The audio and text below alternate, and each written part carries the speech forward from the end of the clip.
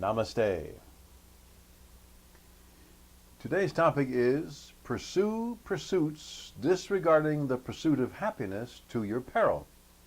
You lead a busy life. You have probably a job, a family, hobbies, relatives, community activities, and many more that I can't even imagine. You pursue lots of stuff. You can get caught up easily in all these pursuits and think you're aiming at being happy. I mean, you do all these things, keep all your appointments and commitments, make more appointments because you think this is what it means to be happy. I must be on the road to happiness. I have all this to do.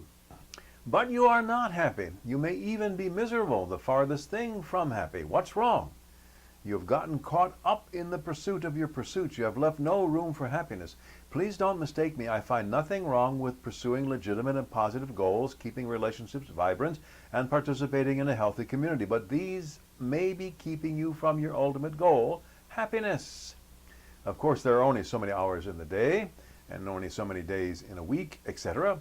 What you do with them is entirely up to you. But if you really want to be deeply and constantly happy, you must slow down a little at least and find time for happiness. The choice is yours, as it always is. You are leading a good life now. Do you want it to be even better by having a great and consistent sense of well-being? Then you need to do something different. Yes, that's obvious, but are you going to do something different? Or did you just want to point out to me that it is obvious? You actually have to pursue happiness. So that may mean you will have to give something else up. In order to have the sense of well-being that you want, sometimes called happiness, you actually have to do something that leads to that well-being. For example, you will need to set aside time to meditate. Meditation entails, in one form or another, time out from other pursuits to quiet your mind and spirit, to empty your mind, to think about nothing, to make contact with the all there is. You see, I'm sure that this entails letting go of something lesser in order to gain something greater. What is lesser is for you to determine, not for me to determine for you. But you see, this is a deliberate choice you need to make.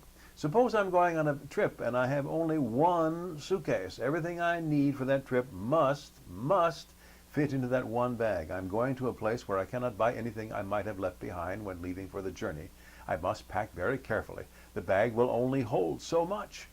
Even if I sit on the suitcase and crush its contents further to accommodate all I will need, it will still only hold so much. Well, when it is all packed, I suddenly remember there is this very precious item that I have not yet packed.